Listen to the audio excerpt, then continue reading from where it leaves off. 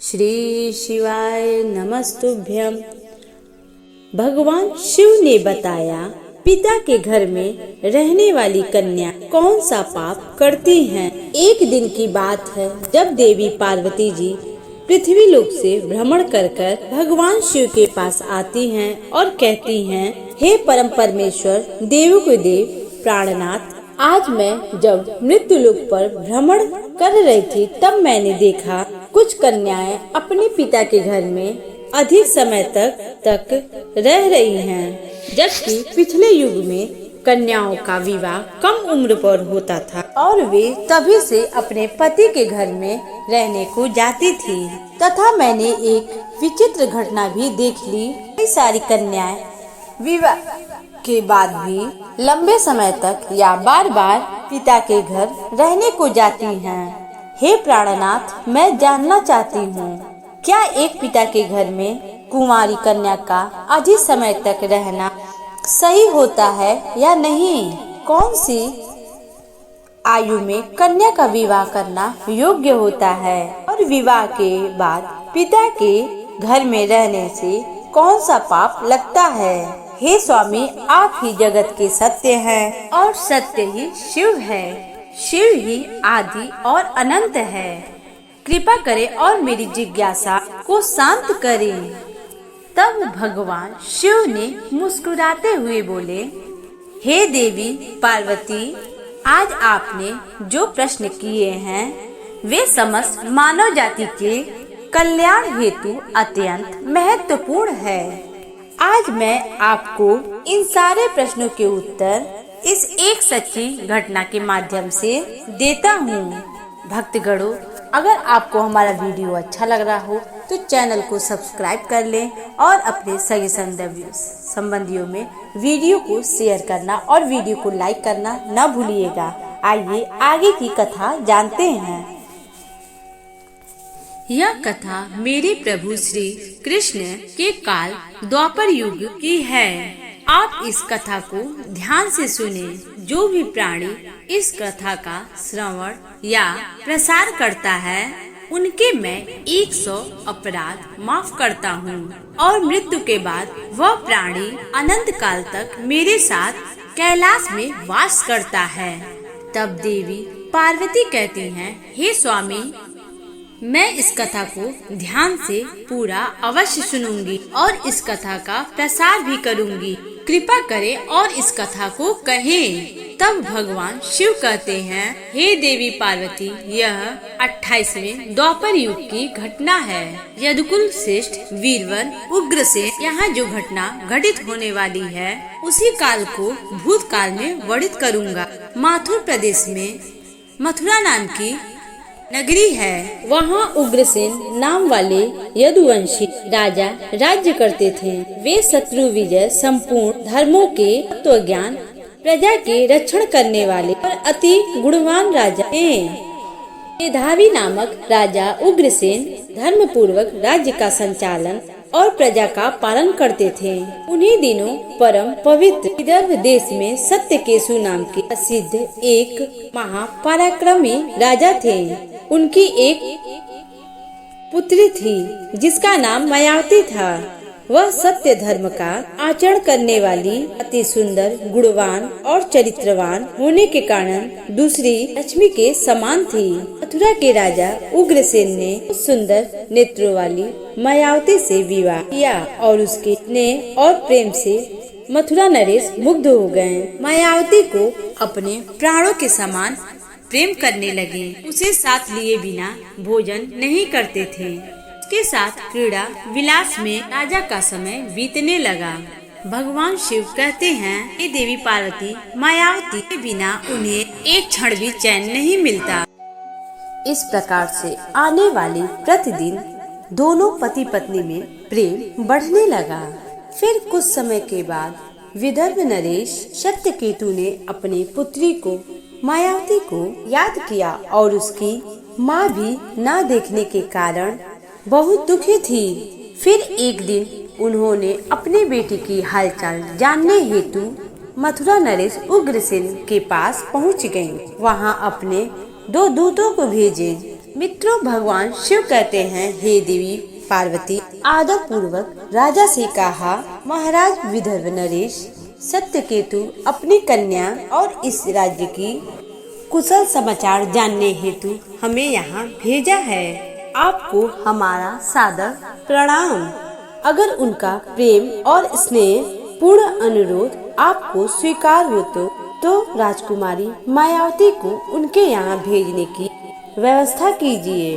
वे अपनी पुत्री को देखना चाहते हैं। मित्रों, भगवान शिव कहते हैं, हे देवी पार्वती, राजा उग्रसेन ने जब दूतों के मुंह से यह बात सुनी तो वे भी प्रसन्न हो गए, क्योंकि वे भी चाहते थे रानी मायावती आराम करने हेतु उनके पिता के यहाँ जाना चाहिए। तब उन्होंने स्नेह और उदारता के कारण अपनी पत्नी मायावती को विदर्भ राज के यहाँ भेज दिया। पति के भेजने के साथ मायावती बड़े ही खुश के साथ अपने मायके आ गई। वहाँ पहुंचकर उसने अपने पिता के चरणों में प्रणाम किया। उसके आने से महाराज सत्यकेतु को भी बड़ी प्रसन्नता हुई। फिर भगवान शिव कहते हैं, हे देवी पार्वती, मायावती वहाँ अपने सखियों के साथ मन से मुग्ध होकर घूमने लगी। पहले ही भांति वन, तालाब और राज्य में विहार करने लगी, क्योंकि वह विवाह के बाद पहली बार अपने पिता के घर आई थी। यहाँ आकर वह फिर से बालिका बन गई। फिर कुछ दिन बीतने के बाद वह भूल गई उनका विवाह हो चुका है। उनके बर्ताव में लज्जा संकोच का बर्ताव अब नहीं रहा। फिर भगवान शिव कहते हैं, हे देवी पार्वती, एक दिन की बात है, रानी मायावती अपने सखियों के साथ एक सुंदर पर्वत पर सैर करने के लिए गई। वहाँ एक रमणीय वन दिखाई दिया जो केले के उद्यानों से शोभा आ रहा था। उस पर भी फूलों की पहाड़ थी। तब उस राजकुमारी ने देखा कि एक ओर ऐसा रमणीय पर्वत और दूसरी ओर सुंदर वन और बीच में स्वच्छ जल से भरा सर्वतोभद्र नामक तालाब है। एक छोटी बालिका की तरह वह अपनी सभी सखियों के साथ खेलने लगी। सभी इस संसार को भूलकर खेल कूद में मंत्रमुग्ध होकर खेलने लगी।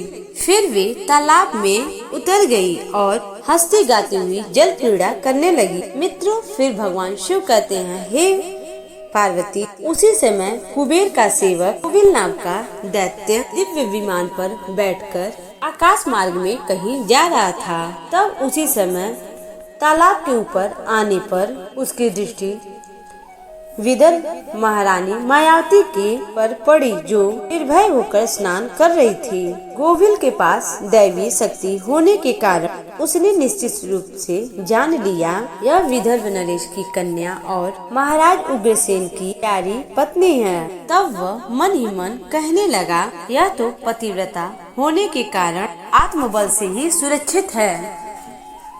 किसी भी पुरुष को इसे प्राप्त करना अत्यंत कठिन है। उग्रसेन अत्यंत महामूर्ख है, जो उसने ऐसी सुंदर पत्नी को मायके भेज दिया है। यह पतिव्रता नारी पराय पुरुष दुर्लभ है और इधर कामदेव मुझे अत्यंत पीड़ा दे रहा है। मैं किस प्रकार इसे के पास निकट जाऊं और इसका उपभोग करूं।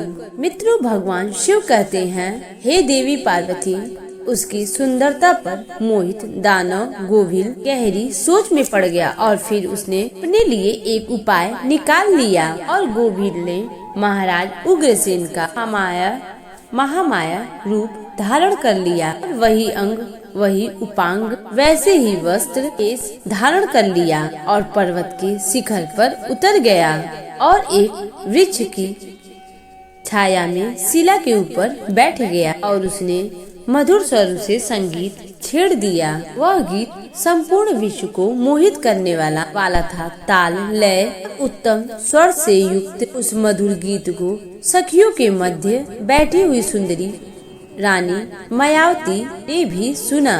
सोचने लगी, ऐसा मनमोहक गीत कौन गायक गा रहा है। राजकुमारी के मन में उसी देखने के लिए तीव्र इच्छा जगी। उसने अपने सखियों के साथ जाकर देखा। तब अशोक की छाया में सुंदर प्रतापी बैठा कोई पुरुष गा रहा है। वह महाराज उग्रसेन के जैसा दिखाई दे रहा है। मित्रों, भगवान शिव कहते हैं, हे देवी पार्वती, वास्तव में वो तो राजा के भेष में नीच दानव गोविल था। मायावती विचार करने लगी, मेरे स्वामी मथुरा नरेश अपना राज्य छोड़कर इतने दूर कब और कैसे आ गए। वह इस प्रकार सोच ही रही थी कि उस पापी ने स्वयं ही पुकारा है, प्रिय आओ, तुम्हारे बिना देवी मैं नहीं जी सकता। सुंदरी, तुमसे अलग रहकर मेरे जीवन के लिए रहना अत्यंत कठिन है। तुम्हारे स्नेह ने मुझे मोह लिया है, तब मैं तुम्हें छोड़कर कभी भी कहीं भी नहीं रह सकता। अपने पति रूपधारी दैत्य के ऐसा कहने से मायावती थोड़ी सी लज्जित होकर उसके सामने गई। वह मायावती का हाथ पकड़कर उसे एकांत स्थान पर ले गया और वहां अपनी इच्छा के अनुसार उसका उपभोग किया। मित्र, भगवान शिव कहते हैं, हे देवी पार्वती, महाराज उग्रसेन के गुप्त अंग में खास निशानी थी, वो उस पुरुष में नहीं दिखाई दी। इससे मायावती के मन में संदेह उत्पन्न हो गया। राजकुमारी ने अपने वस्त्र संभाल कर पहन लिए, किंतु उसके हृदय में इस घटना से बड़ा ही दुख हुआ। वह क्रोध में भरकर नीच दानव बोलकर बोली, गोभिल, तुम कौन हो? जल्दी बता, तू कौन है? तेरा आकार दानव जैसा है, तू पापाचारी निर्दयी है। कहते कहते आत्मग्लानि के कारण उसके आंखें भर आई। वह श्राप देने के लिए उद्यत होकर बोली, दुरात्मा, तूने मेरे पति के रूप में आकर मेरे साथ छल किया और इस धर्म में शरीर को अपवित्र के मेरे उद्यम पाप वृत्त का नाश कर डाला। अब तू मेरा भी प्रभाव देख ले, मैं तुझको अत्यंत कठोर श्राप दूंगी। उसकी बात सुनकर गोभिल ने कहा, हे प्रतिव्रता नारी, भगवान श्री विष्णु तथा उत्तम के भय से तो राक्षस और दानव दूर भागते हैं। मैं तो दानव धर्म के अनुसार इस पृथ्वी पर विचर रहा हूँ। पहले मेरे दोष का विचार करो, इस अपराध पर तुम मुझे श्राप देना चाहती। मायावती बोली, हे पापी, मैं साध्वी और पतिव्रता हूँ। मेरे मन में केवल अपने पति के लिए कामना रहती है। मैं सदा उन्हीं के लिए तपस्या किया करती हूँ। मैं अपने धर्म मार्ग पर स्थित थी, किंतु तुमने माया रचकर मेरे धर्म के साथ ही मुझे भी नष्ट कर दिया। इसलिए हे दुष्ट, तुझे मैं भस्म कर डालूंगी। तब गोभिल बोला, हे राजकुमारी, यदि तुम उचित समझो तो यह मेरी बातें ध्यान से सुनो। मैं धर्म की ही बात कह रहा हूँ। जो स्त्री प्रतिदिन मन, वाणी और काम से अपने पति की सेवा करती है, पति के संतुष्ट रहने पर स्वयं ही संतोष का अनुभव करती है, प्रति क्रोधी होने पर भी उसे कभी नहीं छोड़ती, के दोषों और गुनाहों की ओर ध्यान नहीं देती, उसके मानने पर भी प्रसन्न होती है और पति के सभी कामों में आगे रहती है, वही नारी पतिव्रता कही गई है। यदि स्त्री इस लोक में अपना कल्याण करना चाहती हो, पतित, रोगी, अंगहीन, सब धर्मों से रहित पापी पति का भी परित्याग न करे।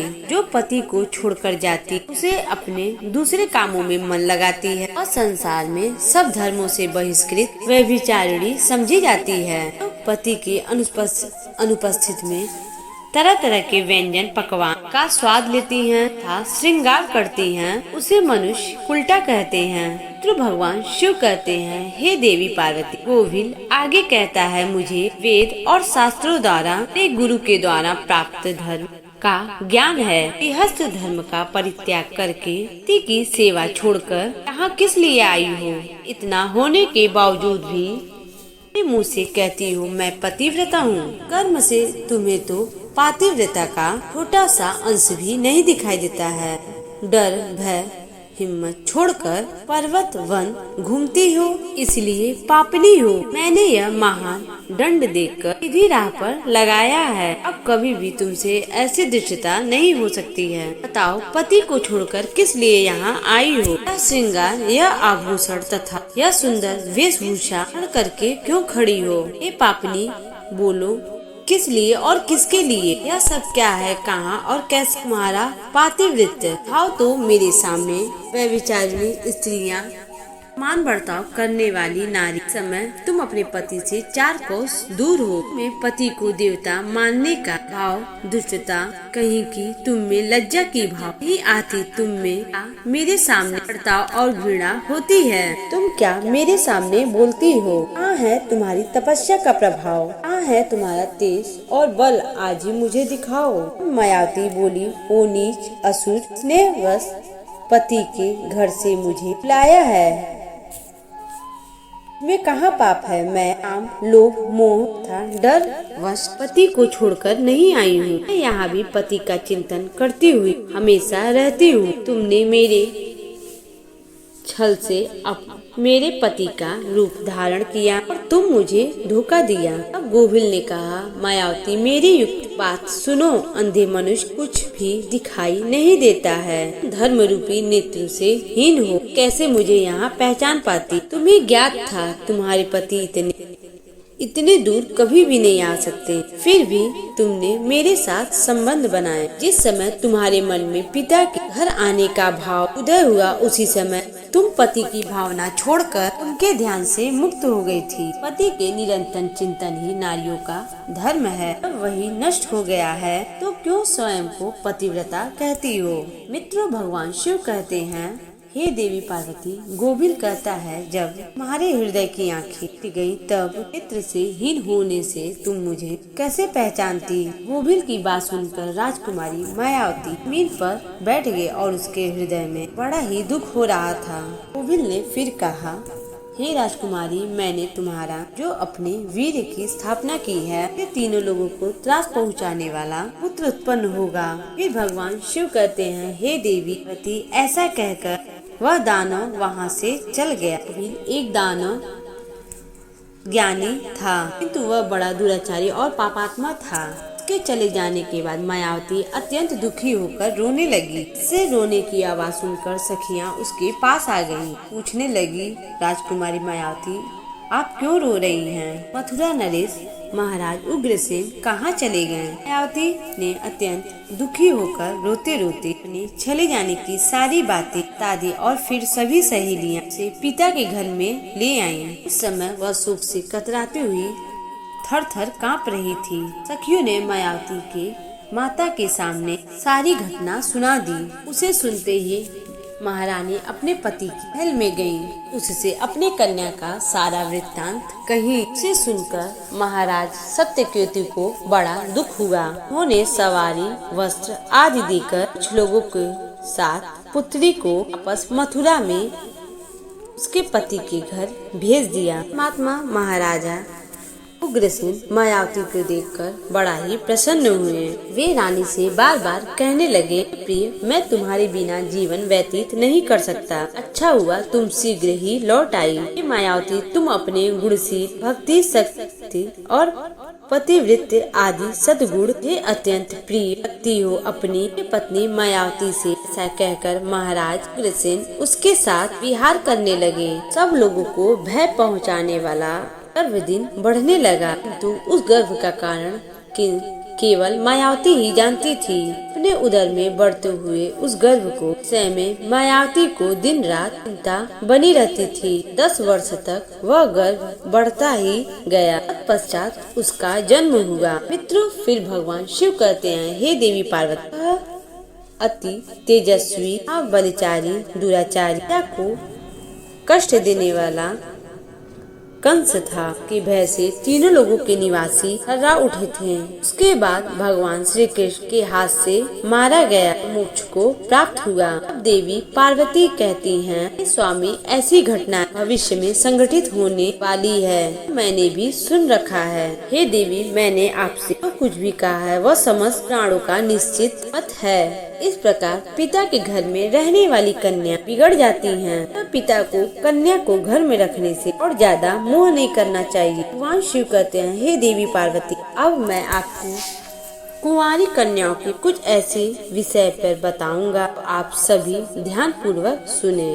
कोई भी कन्या जवानी हो जाती है तो वह विवाह के योग्य बन जाती है तथा माता पिता को योग्य वर का चुनाव करके उसका विवाह कर देना चाहिए। उसे कभी भी लंबे समय तक घर में नहीं रखना चाहिए। पति के घर में ही उसका पालन पोषण होना चाहिए। वहाँ वह रहकर भक्ति पूर्वक उत्तम गुण सीखती है, पति की सेवा करती है और उससे कुल की कीर्ति बढ़ती है। पिता भी सुख पूर्वक जीवन व्यतीत करता है। ससुराल में रहकर यदि वह पाप करती है तो उसका फल पति को भोगना पड़ता है। वहाँ सदाचार पूर्वक रहने से सदा पुत्रों के सिद्धि को प्राप्त होती है। कन्या के उत्तम गुणों से पिता की कीर्ति बढ़ती है। दोनों कुलों के पितृगण संतुष्ट होकर आशीर्वाद देते हैं। हे देवी, दामाद के साथ कन्या को अपने घर कभी भी माता पिता को नहीं रखना चाहिए। ऐसा करने से उस पुरुष के मान सम्मान में कमी हो जाती है, उसे भी पाप लगता है। जब कन्या विवाह योग्य बन जाए तो पराये लोग उस पर बुरी नजर डालते हैं। ऐसे में कहीं वह भी किसी पराये पुरुष के साथ प्रेम संबंध में न पड़ जाए और न ही कोई शारीरिक संबंध बनाए, जिससे माता पिता को बहुत ही दोष पड़ता है। एक जवान कन्या पिता के घर में रहने का मतलब खजाने का ढेर रखने के बराबर है। औरों के बीच रखना समान होता है। उस स्त्री का गहना पिता का सम्मान, उस कन्या की इज्जत होती है। इसे हमेशा संभाल कर रखनी चाहिए। किसी भी स्त्री को पति से दूर नहीं रहना चाहिए। ज्यादा समय तक मायके रहना भी पाप के समान है। एक पतिव्रता नारी का स्थान सदैव उसके पति के घर ही है और साथ ही पति के लिए पत्नी का स्थान सदैव हृदय में होना चाहिए। पितृ भगवान शिव कहते हैं, देवी पार्वती, अब मैं आपके सारे प्रश्नों के उत्तर दिया है। माँ पार्वती कहती हैं, हे प्रभु, आज मैं धन्य हो गई। तो मेरे मन में चल रहे सारे प्रश्नों के उत्तर का जवाब दे दिया है।